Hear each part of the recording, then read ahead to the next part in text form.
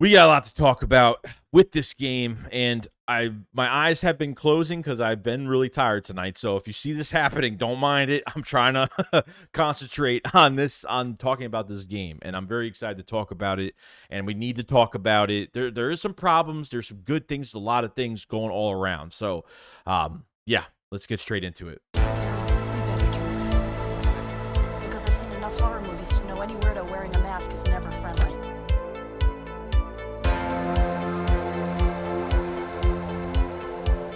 Well, I'm going to take a sip of my water real quick because I need to take a deep breath, cool myself down a little bit because I really need to. And we need to go over this game. So, the Philadelphia Eagles in the second preseason game, they ended up tying 18-18. Okay, I don't care about score. I don't care if we win. Don't care if we lose. Yeah, it would have been nice to win this game today, but we didn't. So I'm not making a big deal about it. What I'm going to make a big deal about it is probably the biggest thing that it's probably everyone's thinking right now is why is Marcus Mariota a Philadelphia Eagle and Chip Kelly has come back to hunt us down and hurt us in our dreams? I don't know, because he can't throw to anybody. He's overthrowing. He's not even underthrowing. I mean, you have to literally stack like 3 Yao Mings on top of each other to really get that catch. I mean, I'm not even kidding. It's that bad. Like, when we signed Mariota, I thought it was solid. I mean, I thought he was like kind of bad, but holy crap, he's bad. Like, he's beyond bad. And I was kind of like trying to figure out like why is like his camp has been horrible. I can't even say he had. I'm literally gifting him right now with this answer of how many good days he had at camp. I am gifting him with like 3 days, and it's probably not even that. Probably not even that. He's been struggling. Ross Tucker was interesting in the booth because he was like, you know what? They need to settle in Marcus Mariota. You know that the skill set of Jalen Hurts and Marcus Mariota are almost similar in some ways, that they're both mobile quarterbacks. And yes, they had more design runs with Marcus Mariota, or Marcus Mariota decided to run a lot more last week in the first preseason game against the Ravens. This game, he was purely a pocket passer, and I feel like you have to really ease him in because you can't, as a pure pocket passer, this guy cannot do a damn thing. I don't know why. I mean, I don't know what happened to this guy. I honestly don't. Because I remember when we played the Titans that year, remember the fourth and whatever, I don't know what year it was, but remember there was it was 4th down in Philadelphia. Corey Davis touchdown. Titans win. He had like what, 3-4 touchdowns over 330 something yards. Like Marcus Mariota was literally on a murder spree against us. And then he just turned into, this. I guess injuries, I guess just a lot of different things. He's dealt with a lot of adversity. But, man, dude, this is the worst signing the Philadelphia Eagles have ever had. Nick Sirianni, after this game at the press conference, was like, oh, like, he's still the backup quarterback. There's no way. I mean, is there any way with this is Marcus Mariota's like best team he's probably ever been on. Okay. Top of the NFC. Okay. Marcus Mariota, can you actually trust him in a game with A.J. Brown, Devontae Smith, and Dallas Goedert, this #1 offensive line, and all these running? Could you actually really trust him to win a game with that? Because it's really tough for me to say. God, he's bad. I mean, I didn't think he would be this bad, but God damn it, he's bad. Like, what happened to you? I don't know. I'm trying to keep my cool about it, but he's just God freaking awful, man. Like, what do you do? And then all of a sudden, like, it was cool. Like, all of a sudden, I'm going through the quarterbacks first because this is the part that just annoys the crap out of me. I'm like, you know what? I'm going to wait till the second quarter. Tanner McKee, let's see what happens. Tanner McKee gets into a game, and it's like, holy crap. He's got, as soon as he walked into, this is the thing about Marcus Mariota that really pissed me off. He gave me that Carson Wentz vibe, when you screw up a play and he just gives that, like, I hate being here type face. And I feel like that gives off negative energy and negative vibes, okay? And I feel like that really travels through your offense, and that's not good. What I see with Tanner McKee is like calm, cool, collective, focused, poised. I see so much in this guy. And pinpoint ball accurate. I'm talking accuracy. Oh, accuracy. 5 drops from easy passes, Deion Kane. Tyree Cleveland that ended up getting on a cart, getting hurt. He was breathing. He was fine. He was on the field for a long time on the field. So thank God he's okay. How are you supposed to give your receivers looks? Guys that are supposed to make the rosters. How are they supposed to get looks? How are tight ends supposed to get looks? It makes no sense. I mean, literally, McKee gets into a game. He has a completed pass to Joseph Ngata to the right sideline. A first down by Trey Sermon. A screen pass to Devin Allen for positive yards. He threw for a 33-yard touchdown. Okay? You had 5 drops. 5. Okay? So, I don't want to hear nothing else because I feel like they drafted Tanner McKee in the, 7th round for a reason. I don't think Tanner McKee is going to be in Philadelphia because it's not the type of quarterback they want. They have all they wanted to do was draft. They just wanted to scout and draft a good quarterback so they can hold. This is how smart the Eagles are with this. They sign a free agent in Marcus Mariota. They sign a 7th round pick that was very underrated. That people called him crap because at Stanford he had no weapons around him. Okay, and then look what happened. He gets some pretty good weapons around him, and he's given a lot of receivers looks to make rosters. You know what I mean? So I thought he had besides the 5 drops that aren't his fault, he was pinned. I mean, I was watching every pass. There was a couple passes that were bad, but most of them were good. Okay? And Tanner McKee was 10 for 18, 147 yards. He had over 100 yards last week. 55.6 completion percentage. Just insane. Okay? Just insane. I absolutely loved it. Just loved it. You know what I mean?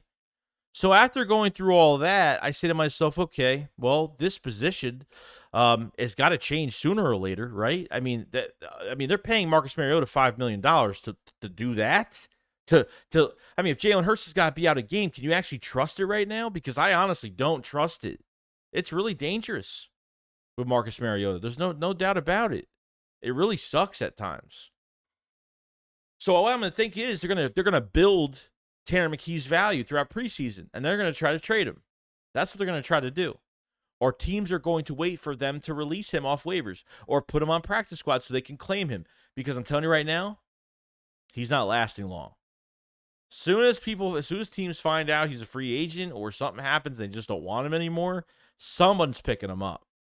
There's no doubt about it.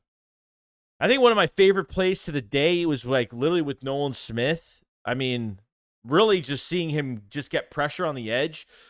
And the one time getting pressure on the edge, moving the quarterback, moving him up in the pocket where one of our defensive tackles would get the sack. I thought Nolan Smith went great. Then they did a reverse to his side. And because he's so great and so just his athletic ability is off the charts, he catches the guy. He ends up getting hurt, a few yards per loss there. He ends up getting a shoulder injury. He was fine. Everybody relaxed. It was more precautionary, and that was it. A lot of guys were out because of precautionary reasons coming out of this game. Okay. And I thought Nolan Smith, I'm ready. I love the bend around the edge. I love his technique. The only thing that he really needs to do right now, he really needs to just work on getting more tools in his toolbox, finding out more techniques, more ways to get past tackles on the edge. He just needs to find more moves. Other than that, kind of refine his technique. And going into another favorite play of mine, which I was actually really happy about, was, obviously, McPherson was giving up a lot of big receptions. And, they get down to the red zone. They get down to the goal line. The Kobe Dean is right in the middle. He shoots the gap. He gets to the backfield, makes the guy fumble the football, which was fantastic, and got off the field, start flexing to the crowd. I love his energy, and I know he's the real deal. Deep down inside, I know it is. I'm just hoping that I'm right 100% and not going to be wrong, because it would be embarrassing if the Kobe Dean ended up being a bust. I can't even bust and the Kobe Dean, those words should not go together. And I think had a good game. I think had a nice little highlight today. And then he got off the field and they started subbing guys out. He didn't play that much. They were going to put him in for a little bit. I kind of expected it today. And that was pretty much it with, Nolan Smith. Defensive line did pretty good. They need to work on some tackling and some other stuff, but I think they did pretty good for what was really given at the time. So that was cool. Now I want to go after the tight end position. Real quick, I think it's really important with the tight end position because when you think about it, you know, we had some looks with Tyree Jackson a little bit. I think your starting tight ends are going to be Goddard, Stahl, and Calcaterra. And I think they value Stahl a little bit more because he could block really well. And, you know, Calcaterra is a little bit smaller than him, but I think he's the fastest tight end in our group. So you have like a more balanced tight end in Dallas Goddard. You have more size with Jack Stahl, and you have more speed and catch radius with Calcaterra because the guy can catch anything that comes his way. No joke. And I'm excited for it. Now, the running back position is so interesting, and man, I felt my heart went out to Trey Sermon so bad today because he fumbled the ball, and it really hurt his chances of making this roster, guys. Remember when I said that Nick was talking about, you know, on a couple of videos that Nick was actually, that there was some competition at running back, and then we were kind of figuring out who it was, and obviously it was between Rashad Penny and Trey Sermon. And unfortunately, he fumbled the ball, but he had a rushing touchdown, like a 20-something yard or 30-something yard rushing touchdown later on with Tanner McKee at quarterback. Not surprised at all. And when he fumbled the ball and went to the sideline, Jalen Hurts kind of went to him and like said, you know, keep your head up, man. Like, you're good. Like, you know, and he played with Trey Sermon in college in 2019. So he's been, you know, that's why I like that they bring in guys that have played with Hurts in the past, because I knew when that was going to happen, that was going to be something huge and, you know, a lot to look over, which was great. So tight end group, I've never really had an issue with it, and I feel really good about it. So I thought that was really cool. Now, Zech McPherson, the cornerback group, you know, Goodrich was getting targeted, barely, just a little tiny bit, nothing much there. I know with Zech McPherson, he was getting targeted like crazy in that first half. I mean, it was almost instantly every time, trying to find a weakness or something like that. I don't know what they're, you know, what the whole aspect of that was, but yeah, I mean, they want to test Zech McPherson on the outside because they definitely see something in him. And Zech McPherson actually came back the next series and actually, you know, he made some plays. He had some deflections. Like, he was actually in tight coverage. He was doing a good job. There were times, even in the first series, he had tight coverage, and the problem was, like, he just couldn't get that contested catch, and that was a real big bummer from him. You know, but I think with Goodrich and Garner and Keely Ringo, like, he gave up an easy reception. It was underthrown by Dorian Thompson. He literally underthrew it, and Keely Ringo just sat there and didn't do much of anything. Coverage wasn't bad all game. Like, once we got to like the backups, you know, it started to get worse. That's just going to happen naturally because not everybody is good on this roster. So that makes sense. We talk about the big man TylersTeen, which I'm really happy about because he did play, you know, obviously coming out of college, left tackle. The Eagles have been doing more with him. Usually when usually when tackles come out of college at tackles, or, you know, they're usually cross-trained to the other tackle side. But that's not the case, guys. He's been doing a lot of right guard, and it should be a lot of fun. And, you know, like, that's an awesome thing. I think you're going to have your future right guard of the future right here. And I think it's going to be an amazing thing to, you know, to see. Just love the work ethic with TylersTeen and what Jeff Stoughton has done with him, and can't wait to see what else they do. I mean, he hasn't even hit the surface of what, you know, TylersTeen could do for this team in the future, but you could have a future right guard, future right tackle. You never know. But I think all he's playing right now is left tackle and right guard. To really go back, Zach Cunningham had a really strong start. I mean, he was great in coverage. He was great at shooting the gap. Zach Cunningham did a fantastic job. Fantastic job. And he's already above Miles Jack. He's already above a lot of these linebackers. He's only been here a few days.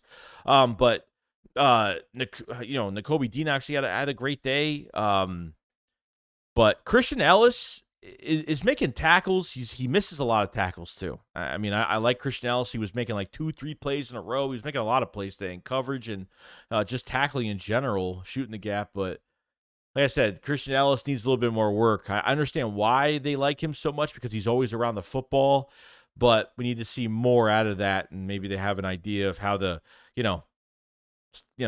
tackling was god awful from this defense, by the way. Like, second half, I mean, it was pretty bad. I mean, we couldn't tackle with anything. Every run the Browns did was positive. There was really nothing. I mean, hopefully they're hitting enough at practice. That's what's kind of making me nervous. But a lot of love to that linebacker core right now, and a lot more to really show later on of what it's going to look like. And Zach Cunningham is definitely in the lead right now in getting all that done. And the last thing I want to go over is special teams, which is god awful. Covey has the calf injury right now, or the ankle injury, whatever he has. I think Britton Covey is going to get his roster spot as a wide receiver, but he will have double duty at punt return. Michael Clay, I have no freaking idea what you're doing, bro. I'm seeing Zach McPherson at kick return. I'm seeing Trey Sermon at kick return. Like, I honestly don't get what Michael Clay is doing with this roster. Like, this is the redhead stepchild of a roster because nobody wants to deal with all these problems at punt return specialists, kick return specialists. I mean, it was bad. The punters are horrible. Aaron Sipos, horrible. T.Y. Zettner, Legatron, the guy with the massive, kick strength. Well, he only averaged, 4 kicks for 40 yards. Literally, 40 yards. Which I think is pretty embarrassing.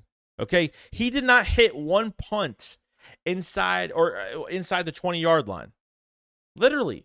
That's how they grade this. They grade speed. They grade, agility. They grade how fast you can get down. I mean, it really depends, but that's just alarming, man. Special teams, like, I haven't liked one person on special teams. I really haven't. Greg Ward gets on punt return. Just stop with this shit, man. Just stop already. It's just getting so annoying. I just can't deal with it. But it's a pain in the ass, man. This whole thing's been a pain with the special teams and Michael Clay and why he got a raise and why he got all this stuff. But it's got to be better. Like, we haven't had good special teams since 2015, really. That's all I really got to say. That's really it. I think Sean Desai did a really good job. We'll get more to him in another video, but he pressured a lot in this game. I think he had more pressures than what Gannon would have given us later on, last year. So I thought that was pretty cool. And, yeah, I mean, let me know you guys what was your favorite thing about this game? Who is the MVP of the game? Honestly, the MVP of the game for me has got to be Tanner McKee. There's no doubt. And then the regular season could start finally. So I'm pretty happy about that. So you guys have a fantastic day. I'll see you guys on the next one. Shakes, what up? Follow slide. Peace out, guys. Peace.